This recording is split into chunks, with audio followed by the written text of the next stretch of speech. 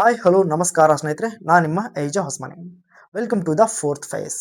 ಸ್ನೇಹಿತರೆ, POK Pak occupied Kashmir ಈ ಸ್ಥಳೀಯ ಜನರು ಮತ್ತು ಪಾಕಿಸ್ತಾನ ಆರ್ಮಿ ನಡುವೆ ತೀವ್ರವಾದ ಜಟಾಪಟಿಯಿಂದಾಗಿ ಸುಮಾರು 40 ಜನರು ಸಾವನ್ನಪ್ಪಿದ್ದಾರೆ ಹಾಗೂ 300 ಜನರು ಗಾಯಗೊಂಡಿದ್ದಾರೆ ಅಂತ ಹೇಳಿ ಕೆಲವು ಮಾಹಿತಿಗಳು ಬರ್ತಾ ಇದೆ ಸ್ನೇಹಿತರೆ.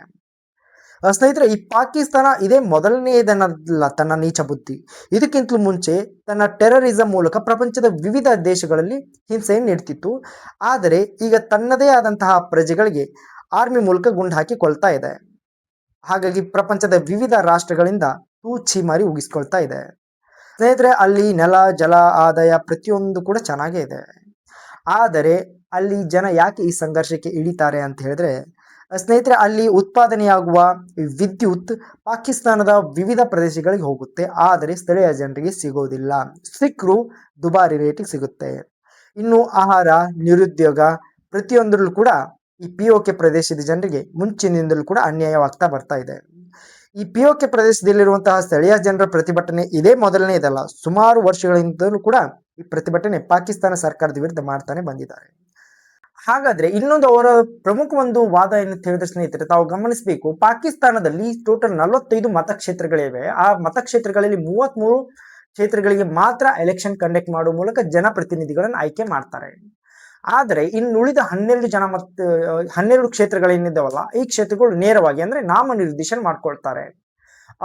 ಈ ನಾಮನಿರ್ದೇಶನ ಮಾಡ್ಕೊಳ್ಳುವಂತಹ ಈ ಪ್ರತಿನಿಧಿಗಳು ಯಾರು ಭಾರತದಿಂದ ಪಾಕಿಸ್ತಾನಕ್ಕೆ ವಲಸೆ ಹೋಗಿರ್ತಾರೋ ಅಂತಹ ನಿರಾಶ್ರಿತರಿಗೆ ನೇರವಾಗಿ ನಾಮನಿರ್ದೇಶನ ಮಾಡ್ಕೊಳ್ತಾರೆ.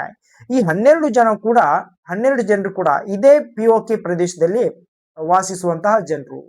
ಇಲ್ಲಿರುವಂತಹ POK ಪ್ರದೇಶದಲ್ಲಿ ಸ್ಥಳೀಯ ಜನರ ವಾದ ಏನಂತ ಹೇಳಿದ್ರೆ, ಈ ಆಯ್ಕೆ ಆದಂತಹ 12 ಜನರು ಇಲ್ಲಿರುವಂತಹ ಸಮಸ್ಯೆಗಳು, ನಿರುದ್ಯೋಗಗಳು ಜನಕ್ಕೆ ಸ್ಪಂದಿಸೋದಿಲ್ಲ, ಇವ್ರು ನಮಗೆ ಬೇಕಾಗಿಲ್ಲ ಅಂತ ಇವ್ರದ್ದು ಒಂದು ವಾದ. ಅಂದ್ರೆ ಅವರಿಗೆ ಈ ಸ್ಥಳೀಯ POK ಜನರು ಕೇಳ್ತಿರೋದು ಕೇವಲ ಮೂಲಭೂತ ಹಕ್ಕು, ಮೂಲಭೂತ ಸೌಕರ್ಯ ನೀಡಿ, ಮತ್ತೆ ನಮಗೆ ಒಳ್ಳೆ ರೀತಿ ಜನಪ್ರತಿನಿಧಿಗಳು ನೀಡಿ, ನಮಗೂ ಕೂಡ ಆರ್ಥಿಕವಾಗಿ ಮತ್ತೆ ಸಾಮಾಜಿಕವಾಗಿ ನಮ್ಮನ್ನು ಉತ್ತಮವಾದಂತಹ ರೀತಿಯಲ್ಲಿ ನೋಡ್ಕೊಳ್ಳಿ ಅಂತ ಹೇಳಿ ಸರ್ಕಾರಕ್ಕೆ ಮನವಿ ಮಾಡ್ತಾರೆ. ಕೇಳೋದಿಲ್ಲ ಸರ್ಕಾರ ಮುಂಚಿನಿಂದಲೂ ಕೂಡ.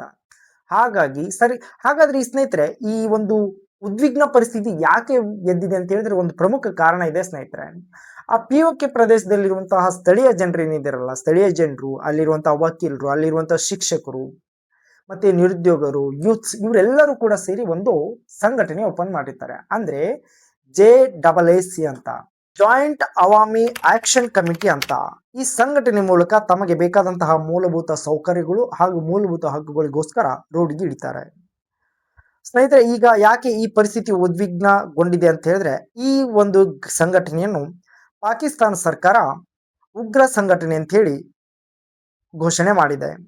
ಸ್ನೇಹಿತರೆ, ಏನ್ ಪಾಕಿಸ್ತಾನ ಸರ್ಕಾರ ತನ್ನ ಈ ಒಂದು ಜಾಯಿಂಟ್ ಅವಾಮಿ ಆಕ್ಷನ್ ಕಮಿಟಿನ ಉಗ್ರ ಸಂಘಟನೆ ಅಂತ ಹೇಳಿ ಘೋಷಣೆ ಮಾಡ್ತಲ್ಲ, ಅವಾಗ ಪ್ರಜೆಗಳು ಹೇಳ್ತಾರೆ, ಏನ್ ಇವರು ನಮ್ಮ ಹಕ್ಕುಗಳು, ನಮ್ಮ ಮೂಲಭೂತ ಸೌಕರ್ಯ, ನಮ್ಮ ಮೂಲಭೂತ ಹಕ್ಕುಗಳನ್ನು ಕೇಳಕ್ ಹೋದ್ರೆ ಇವರು ನಮ್ಮ ಸಂಘಟನೆಯನ್ನು ಉಗ್ರವಾದಿ ಸಂಘಟನೆ ಅಂತ ಹೇಳ್ತಾರಲ್ಲ ಅಂತ ಹೇಳಿ ಜನರು ಬೇಸತ್ತು ರೋಡಿಗಿಳಿದು ಈ ಪರಿಸ್ಥಿತಿಗೆ ತಂದ್ಬಿಟ್ಟಿದ್ದಾರೆ.